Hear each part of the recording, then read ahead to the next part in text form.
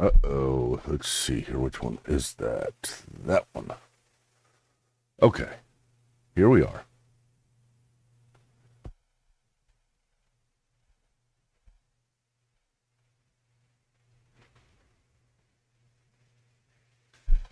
Getting ready to start here. Let's see how this one is. I forget to change these anyway. There's nobody but me to change these, and unless I'm doing it while I'm talking, it doesn't do it. That's a little bit off, isn't it? Can I change this while I'm going? There we go.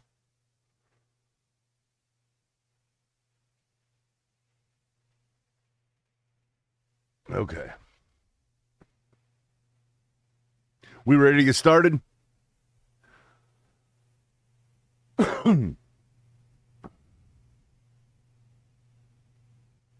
41. Okay.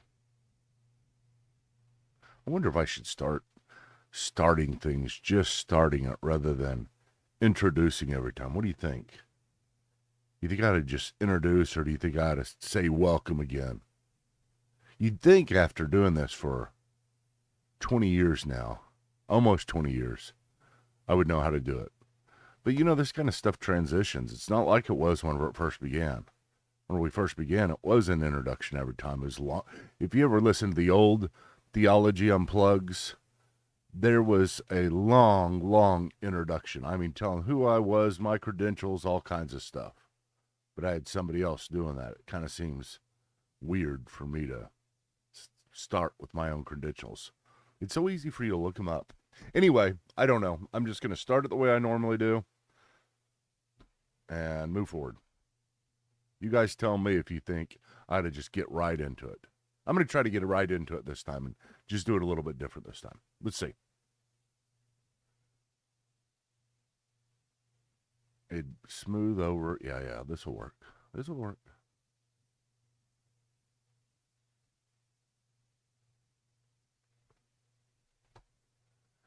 I like to compare certainty to you being out on a boat and thinking that you have all these different anchors. Think of it this way with me. You're on a boat and you've got various anchors. I know that's kind of weird. You usually just have one anchor, but just go with me. You have a lot of different anchors and they're all different sizes. And each anchor is labeled. It's labeled according to the doctrines that we hold to. It's labeled, according to the things we believe about Christianity, both in doctrine and in service. And I mean, you can think of it, you put doctrines on one side and service on another. That's a good way to think of it. But the most important thing is not to think of your Christianity as just one anchor and they all fit together. See, that gets back to our house of cards mentality that we started with, or that we talked about last time. And if we start with this house of cards mentality, to where everything we believe is like a house of cards, where we just have one card. This is kind of like having one anchor. You pull up the anchor and you're gone. You're floating at sea. But the house of cards tells you each card is the same weight. So it's basically the same anchor. And that won't work because everything will fall down. The anchor will be pulled up immediately. And so we got to we can't think of our faith as a house of cards to where one card comes out and everything falls. You got to think of it. Let's go to the anchor illustration where you have lots of different anchors. One's labeled the resurrection of Christ. One's labeled the existence of God. Those in our mind are very big and thick and heavy, and they're dropped low. And, if you have that alone, you're not going to move. But then you have other anchors that kind of stabilize you even more, whether it be your view about the beginning, the end times, the what happened on the cross exactly, your view of the atonement. That's a bigger anchor, but it's not as big as the resurrection of Christ. And so think of our theology. Let's move forward. Think of it that way, to where we're evaluating our theology according to these anchors. How big is the anchor? And what anchor is it, and have we dropped it?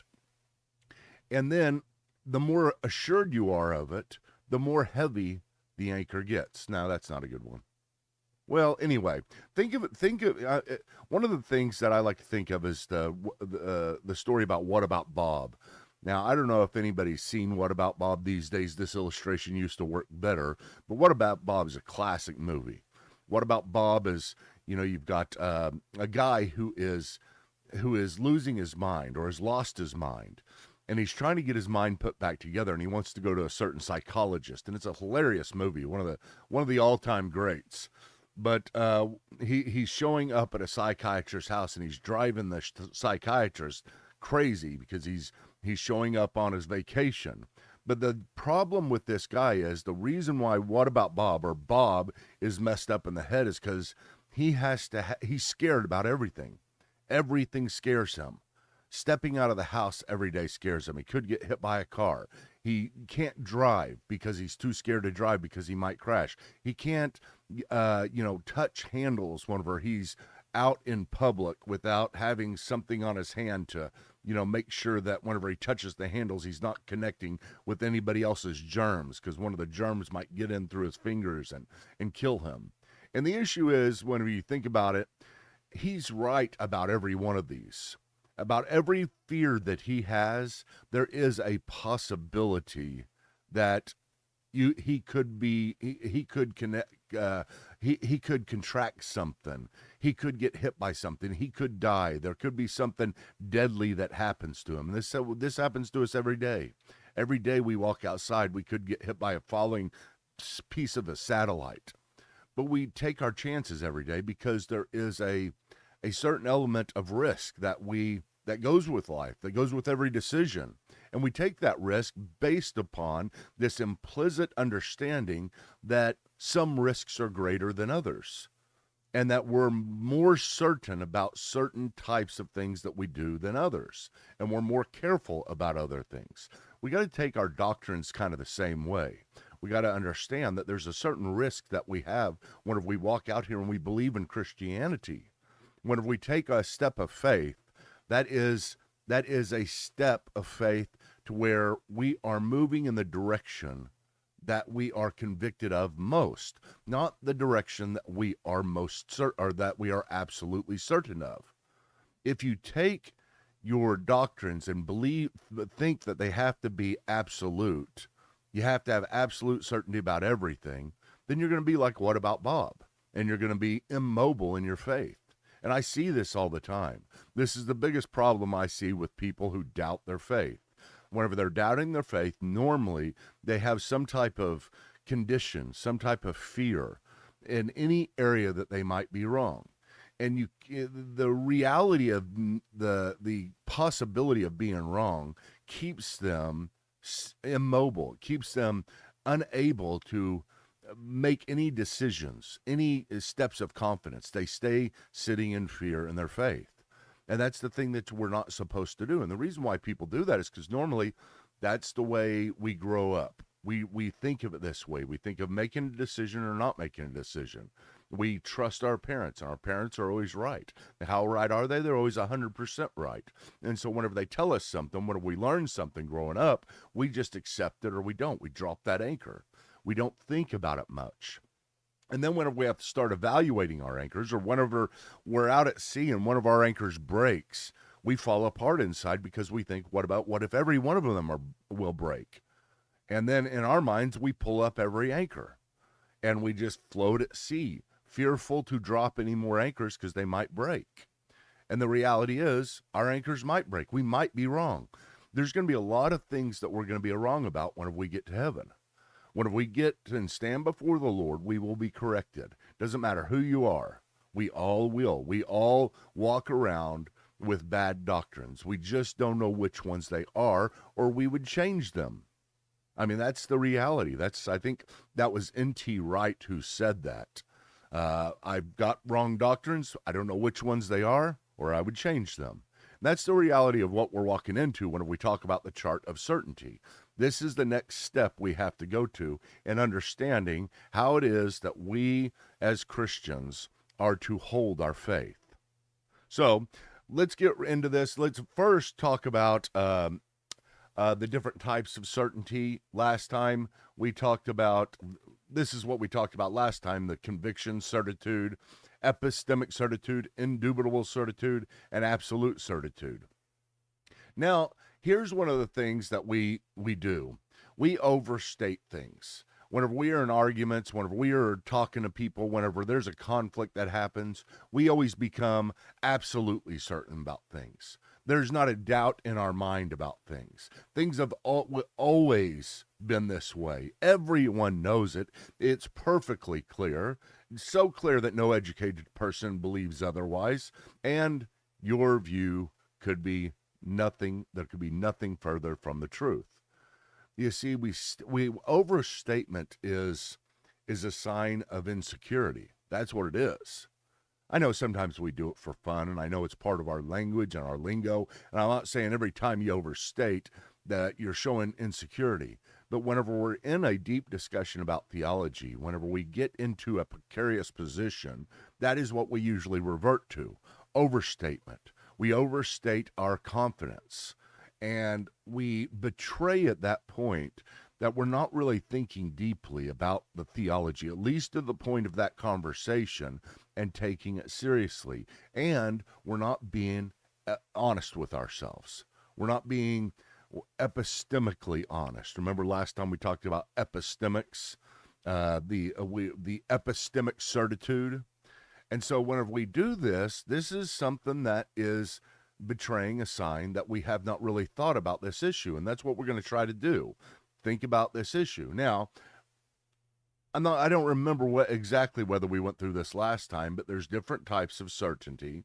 Now, we went through a different category of types of certainty last time, but this is stuff we'll get to know a lot more as we move through this course. Emotional certitude. Emotional certitude is that certitude that we have when we say stuff like, I am absolutely certain that. When we say I am absolutely certain, that is, you're saying I'm emotionally certain normally. Whenever we overstate our case, that we're stating it with our emotions, not necessarily with our minds. Our minds have not constructed this and told us that we are absolutely certain, because normally we're not absolutely certain about very much. Remember last time we talked about how epistemic certitude and the various kinds of certitude. We also have mathematical certainty. Mathematical certainty comes from, we talk about the scientific method and how it is that we build on our certainty. The scientific method produces not necessarily mathematical certainty, but the scientific method produces varying degrees of certainty depending upon how it is that your tests run. Whenever you're talking about mathematical certainty, 1 + 1 = 2, that's a logical type of uncertainty. That is something that 1 + 1 has to equal 2 every single time by definition. The same thing as with an analytical statement, like a triangle has 3 sides. Analytical statements are absolutely certain because they have to be true. It's impossible by definition for a triangle not to have 3 sides.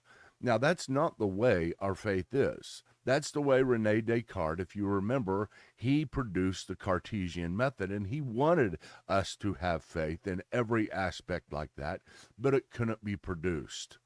Eventually, it's going to break down. Eventually, there is only varying degrees of certainty.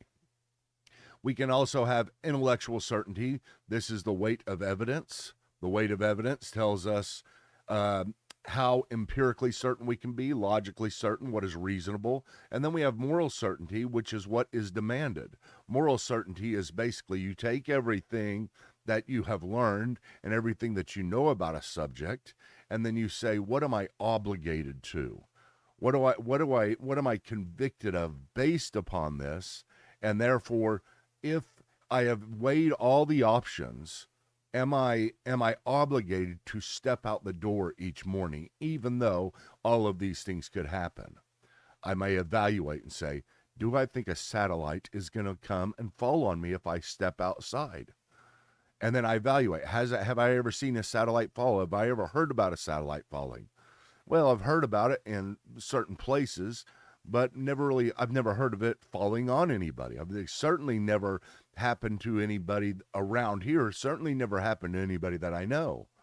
And so it's these types of evaluations we make, and then we have this moral certainty, this obligation to make choices. And we have an obligation in theology as well, based upon what we know at the time, right or wrong, we make these decisions. And that's how each decision is made. So let's go to this chart. This chart is representative of the chart of certainty, where you look at this, and right in the middle, the 0 represents a complete agnosticism. I don't know. I'm not sure. That is the only place where you don't know. You're kind of you haven't made a decision yet because you haven't evaluated anything yet. But as you move up, notice in the positive, you have I believe. So I believe at a level 1, I believe at a level 2, level 3, and so on, all the way up to a 10. Now, what you got to think of is a 10 is absolutely certain.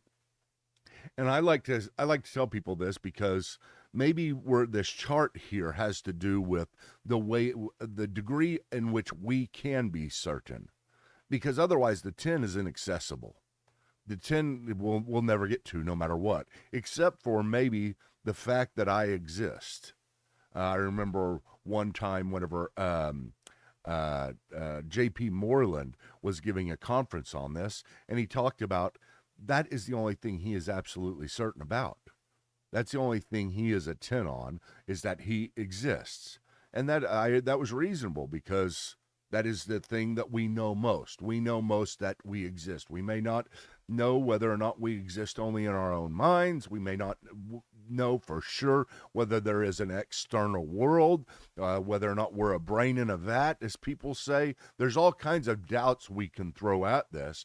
But the thing that we do know is that if we are thinking, like Rene Descartes said, cogito ergo sum, I think, therefore I am. If I'm sitting here doubting whether I exist, I have to exist to doubt. So that is kind of the starting point that J.P. Moreland puts. I might be able to put more starting points than that. I may grant a few more, but either way, the point is made that there's very little, if any, things that we can be a 10 on.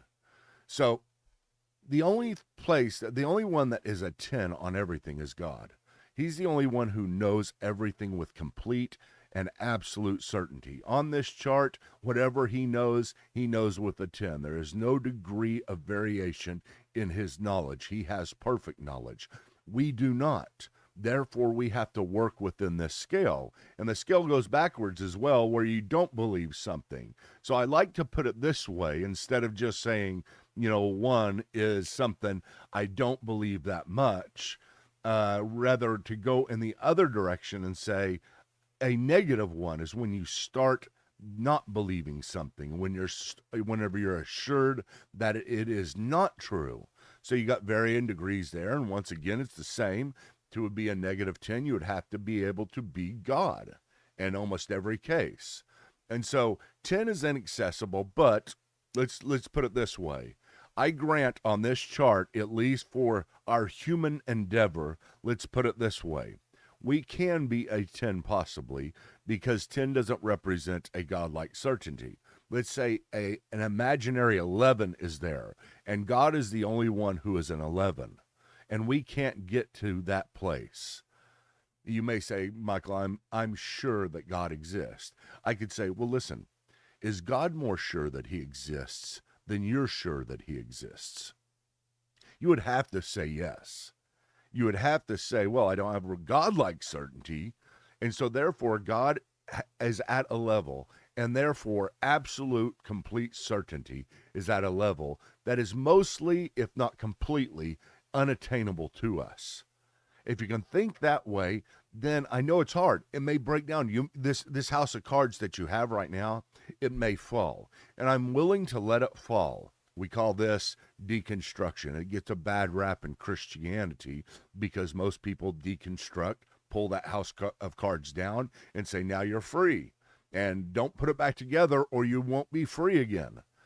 That's not what I'm doing here. What I'm doing here is I'm encouraging deconstruction for the purpose of reconstruction so that we can start dropping our anchors properly. We can start dropping them where they go. And it's hard. It breaks us. if we haven't done this before. It is something that you have to do. Otherwise, you're going to fall apart at some point, and you're going to be like Bob, not able to step out the door doctrinally, scared to death whether or not your beliefs are true, scared to death about, whenever you die, what's going to happen to you, that kind of stuff. We're all scared. We're all walking into this world of theology, and we're all discovering, and we're all learning.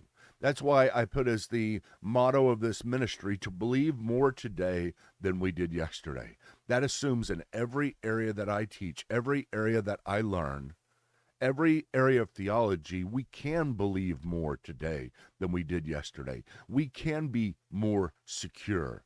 But my job, my hope is not to make you more secure in everything, but just the main things. That's why we had the concentric circle of importance. And in that concentric circle of importance, we have all kinds of degrees of importance. So you've got the importance of a doctrine, and then you've got the certitude of the doctrine. And those two things, you put those two together, and it creates an epistemology, a method, a whole paradigm within your mind, a barometer that will lead you properly. It will lead you with proper confidence. This is a book by Leslie Newbingen called Proper Confidence. I've got it, and I have had it in the description for a long time. It is a small book. It really is. It's not big, but it is an incredible book written by this is just a masterpiece. It really is. This is something that everybody needs to read if you're interested in this. It's called Faith, Doubt, and Certainty in Christian Discipleship. And reading this book alone, it will produce what it is I'm trying to produce here. It's the same thing. And it's something, I would say get it, read through it, go to the description, get it, have it available. It's the best book on certainty. There's a lot of books on certainty, but this is the best one for Christian discipleship.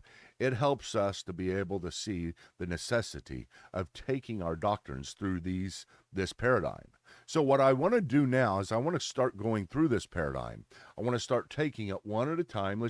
I'm going to go through some random doctrines, a list of doctrines that I put up here, and I'm going to show you how I chart them, both on the chart of certainty and on the concentric circle of importance. How important is it, and how certain am I of its truthfulness, whatever it is I believe about that doctrine? Lately, in the news, or not in the news, in theology, in theological news, one of the big things going on right now, one of the big things that theologians are having conferences on, evangelical theologians, conservative Christianity, what they are talking about is the historical Adam. And the historical Adam, it's placed in this area. It says, do we need a historical Adam? Or can the story of Adam and Eve be a mythology of type, but carry truth to it, even if we go back into the human lineage and we do not find a real Adam? We find the Bible in the early chapters of Genesis, even the words of Christ, whenever he talks about Adam, to be referring to a mythology that is out there, a common story that is out there that teaches a truth, yet was never meant to be taken literally or historically. That's the question. For most of Christianity, we have always believed in a historical Adam. So history is on the side of those who believe in a historical Adam as we evaluate this. However, I don't see in any of the creeds, any of the most essential statements of church history, a historical Adam. It doesn't say we have to have a historical Adam, but at the same time, the controversy hasn't come up. So it usually doesn't make it into a creed until the controversy comes up. Church history doesn't determine it alone. We have to have the Bible. The Bible is foundational. The Bible is more important than church history. And so when we ask the question, do I believe in a historical Adam, which, William Lane Craig is proposing, yes, we have to have a historical Adam, but he goes back 500,000 years maybe, or 1,000, and he's a pre-Neanderthal type, still a humanoid, but a chosen one out of the human race that is evolving at the time. And he's not saying he believes this, he's just proposing this as an option and saying it's a viable option for Christians to believe that 500,000 years ago, God chose out of evolving humanity a pre-human species, still humanoid, therefore could represent us, and said this man is going to be the representative of the entire human race. He's going to be the federal head, and whatever he does will affect the rest, and all the rest will be related genetically to this historical Adam, while the rest either mixes in or dies out. That's his proposal as an option. Now, a lot of people are really upset about that and say, no, we have to have a historical Adam, and it has to be, 6,000 years ago, 10,000 years ago, however many years ago, God has to have had a special creation. I think it's called the de novo creation. God creates Adam brand new, out of the dust of the ground, an actual creation like that, and that is part of what has to be. See, there's all these components that go into a historical Adam. You got, how long ago was it that we have to have this historical Adam? Do we have to have him created out of nothing? Do we have to have him as the first being, the first human being in any sense on the earth? There's all these different levels of doctrines. There's all these sub-doctrines within the doctrine of the historical Adam, and you place all these sub-doctrines in different places. But what I'm going to do here, instead of getting into all of the different details and all of the sub-doctrines of where I'd place it, here's what I would say for me personally. When we talk about a historical Adam, I would say it is orthodoxy. It falls in the category of orthodoxy. That we have a historical Adam, that there needs to be a historical Adam. The reason why I put it is because so many other doctrines are tied to this. If you deny a historical Adam, I would say you are unorthodox. I wouldn't say you're not saved, because that is a salvation issue. I'm not sure about that. I don't speak to that. I just am sure of other things that are essential for salvation, the person and work of Christ. But believing in a historical Adam, I'm not sure about, but I am sure that it is part of historic Christian faith. It is a part of our orthodoxy. And therefore, having said that, I put it in orthodoxy, and you would say, Michael, but how certain are you about it? Well, certainty is a different thing. I would say whenever it comes to a historical Adam, I would say maybe from a 0 to 10, I believe in it probably a 6. Probably a 6. And what you would say is, Michael, oh my gosh, you've got to be at least a 9. I understand you're saying you can't be a 10. Okay, I think I might be a 10 on that, but you're still in denial that you can be a 10 on anything. But you may say, Michael, I can assume maybe a 9, but how come a 6? Because I have thought about this. You think about it, and you got to understand how far 6 is up the chart of certainty. That is saying a whole lot. I may be exaggerating myself a little bit, because I probably should be a 5, because if I'm a 1, it means I believe it. If I'm a 2, it means I believe it a whole lot more. And 3, that's getting up there. 3 is high for any kind of sub-doctrine. Okay, let's go through a list of doctrines. We'll keep on placing these. Just hang with me, okay? Hang with me. Let's go. Is there a God? Okay. Now let's go back and talk about whether or not there's a God. Where would I place God? I would say, well, you have to believe in God for salvation. You can't be a Christian atheist, so it makes the center circle. Is there a God is a big anchor. And then how certain are you that there is a God? I would say that's probably the highest level of certainty that I can get outside of myself, if not level with myself. Because here's the thing. Here's the two options. I know I exist, and I have to believe that I did not create myself. I'm not self-generated. I haven't always just been here. My mind hasn't always been here. Now, I'm not as certain about my existence. I mean, as my about that as I am my existence. So maybe I've been here the whole time, and there's just like a computer program, and it just keeps on rerunning. And I don't have memories of my previous lives, and I've gone back forever and ever, and I'm just a mind. I'm just a mind floating in the cosmos, or I am the cosmos. But here's the issue, is that whenever it comes to God's existence, I'm probably a 9. Whenever I stand before God, I'll stand before God, and all of a sudden, my certainty level will rise, because there I am. I'm seeing what I know, and I'll move from a 9 to 10. But the belief in a God is the highest degree of certainty that I have. Okay, what's next? That Christ rose from the grave. Where do I put this? I put this in the center. The center, you cannot believe that Christ did not rise from the grave and be saved. That's part of the central elements of the gospel. How certain are you of that? I would say on that's outside of the existence of God, outside of the existence of myself. That is one of the highest. But I'm probably a 7 on that. And that is because it's a historical issue. But at the same time, a 7 is very, very committed. A 7 has that anchor dropped. A 7, I'm not worried about that anchor at all, because it's high. It's a 7. It's not a 0 where I'm wavering and I'm doubting. I'm not telling you because I'm a 7 I'm doubting.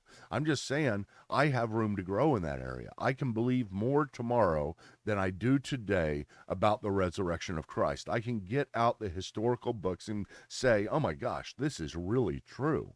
And we do this all the time. You listen to a Christian apologist, you listen to new evidence that comes out, and your heart gets excited because what you believe has been confirmed a little bit more to be true, and you believe a little bit more.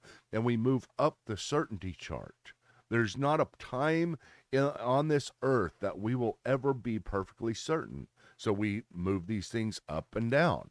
Okay, what's next? We've got that God loves me. How certain am I that God loves me?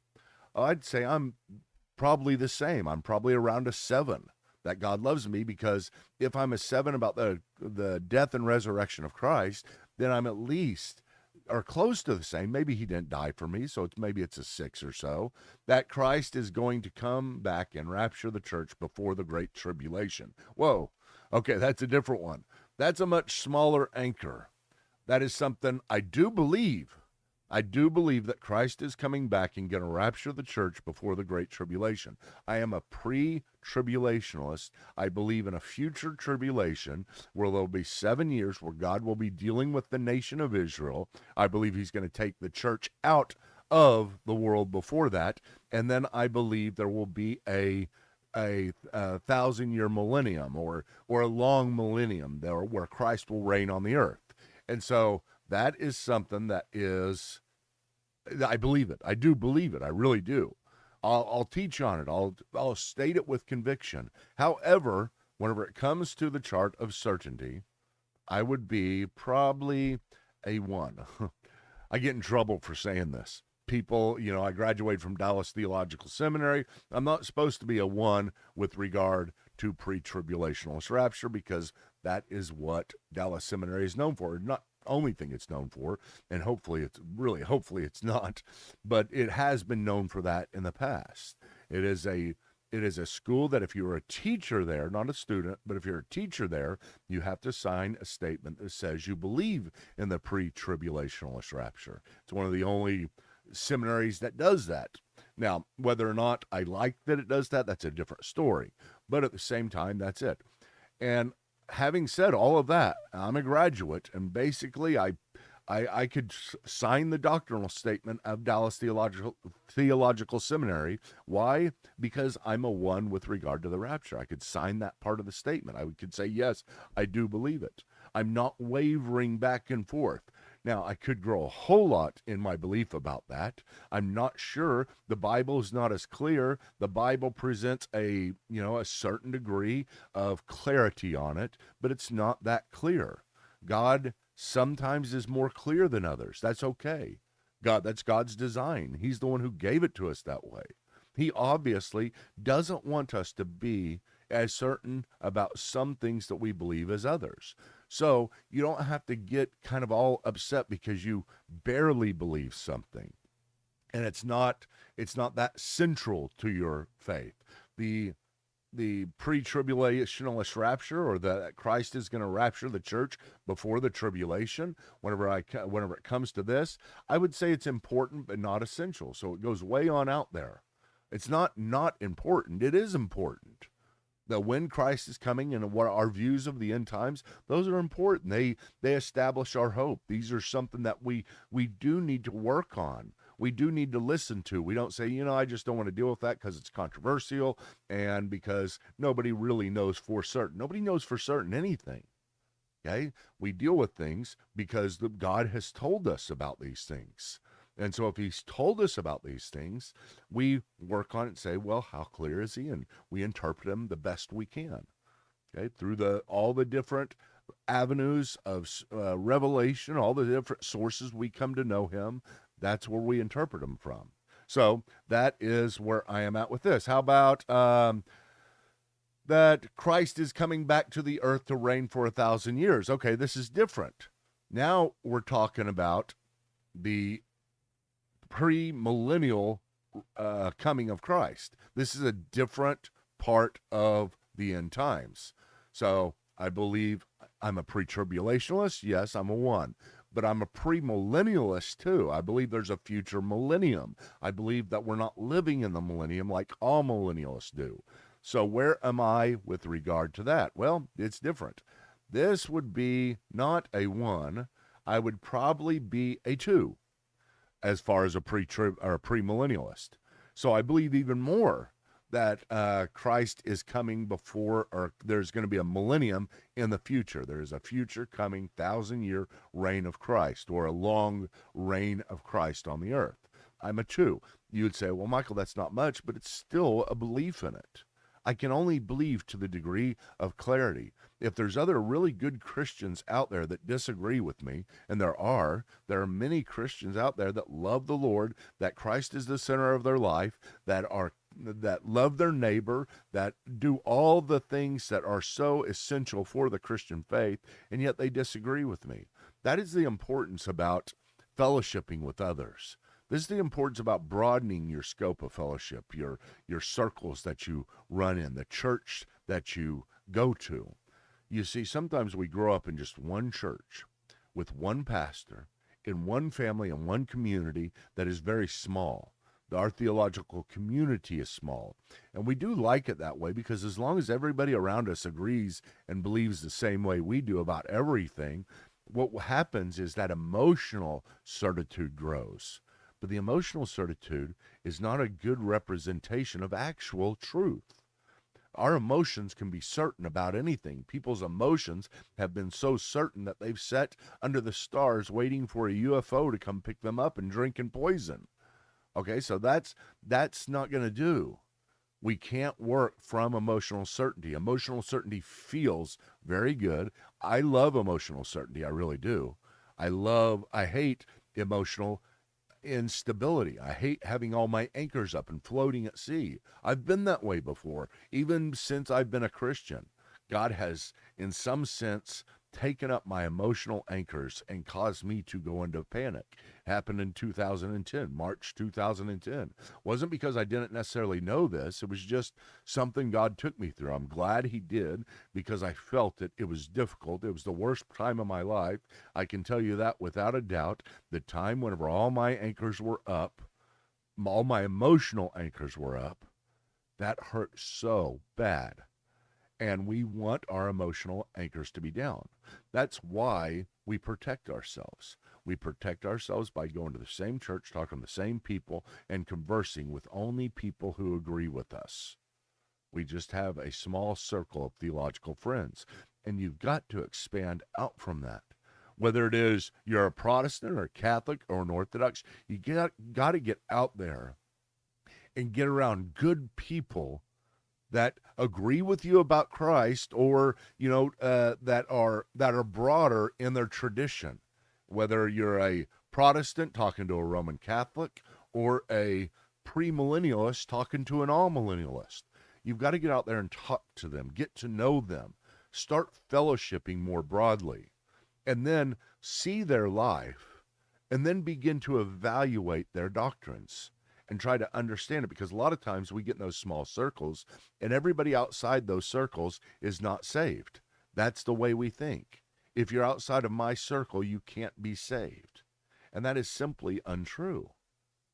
That is simply untrue, because there's a lot of variation. You go into the center circle, and after that center circle, everybody believing in the resurrection of Christ, there's a lot of variation of good people in many, many different doctrines, whether it be the beginning, was there a historical Adam? William Lane Craig is a great guy.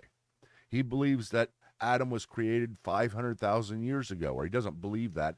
He says this. He makes a point of this. I'm not sure what he believes, but I think he's not quite sure what he believes. I'm not saying he's a zero on this, but I think he's, between a one and a zero on something.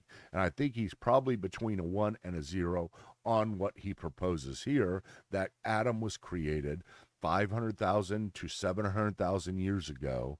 And he was created de novo by God, out of nothing by God, and that he represents the entire human race. Now, there's all kinds of things to think about, but I want you to at least consider these things. This is the way you fellowship with other people. You fellowship with other doctrines. You go out there and you truly evaluate them. You tell the Lord, listen, I know I've been certain. I know I've been in my small circle. I know I've been inside my house. I've been scared. And I have everybody come over to my house to talk about theology because I'm scared to go outside.